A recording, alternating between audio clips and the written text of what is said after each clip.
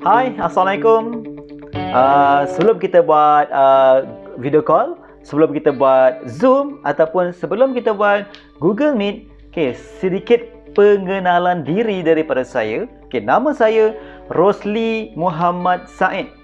Saya berpengalaman lebih 10 tahun dalam bidang takaful. Matlamat kerjaya saya adalah semata-mata untuk membantu kita semua bagi mengurus risiko peribadi yang kita dah ada. Kenapa perlu kita urus risiko peribadi? Disebabkan setiap orang sedang berjuang untuk berjaya. Orang yang berjaya adalah orang yang sanggup untuk mengambil risiko. Makin tinggi risiko yang kita ambil, maka makin tinggi jugalah peluang kejayaan kita.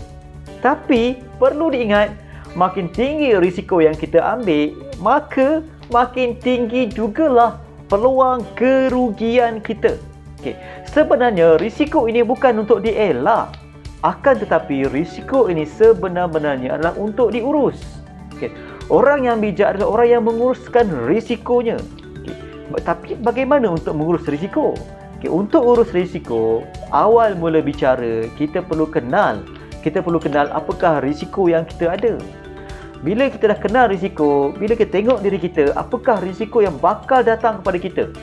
Manusia biasa kita ada 5 risiko. Saya tak terkecuali pasal perkara ni. Kita semua ada 5 risiko yang sama. Apa risiko dia? Risiko sakit, hilang paya, kemalangan, kematian, hari tua. 5 risiko semuanya.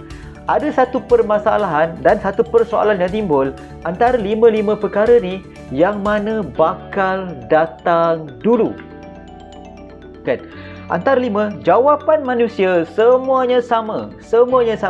Masing-masing tak tahu bila, tak tahu di mana, tak tahu yang mana bakal datang dulu.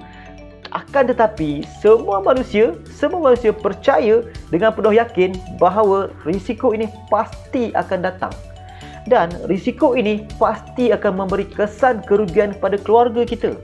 Dan risiko ini juga akan memberi kesan kerugian pada karier kita. Dan pada masa yang sama, risiko ini juga akan memberi kesan pada keuangan kita. Bila kita dah tahu, bila kenal risiko ni dan kita boleh tahu risiko ni memberi kesan pada diri dan seluruh surrounding area kita, step yang kedua, kita kena kira berapakah jumlah kerugian sekiranya risiko ini datang. Kesan jumlah kerugian pada kerjaya, kesan kerugian pada jumlah kerugian pada hutang. Dan bila mana kita dah tahu jumlah kerugian, step yang ketiga, barulah kita membangunkan plan pengurusan. Bagaimana untuk membangunkan plan pengurusan?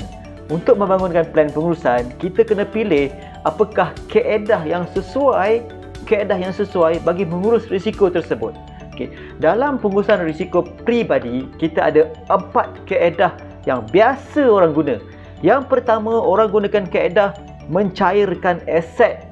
Yang kedua, orang guna kaedah pinjaman. Yang ketiga, orang gunakan kaedah donation ataupun derma. Dan yang keempat, yang kebanyakan orang buat, yang paling murah dan yang paling mudah adalah dengan menggunakan kaedah takaful.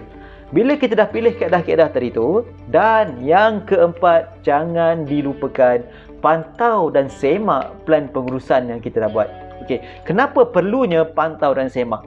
Kerana setiap manusia akan mengalami perubahan gaya hidup, dan bila mana ada perubahan pada gaya hidup akan memberi kesan perubahan pada risiko.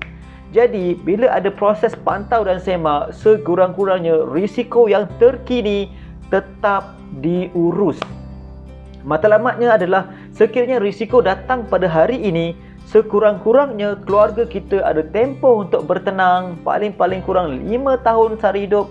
Tujuan 5 tahun tadi adalah untuk membantu keluarga kita bagi ada tempoh untuk buffer, bagi reshuffle balik gaya hidup kepada lebih baik.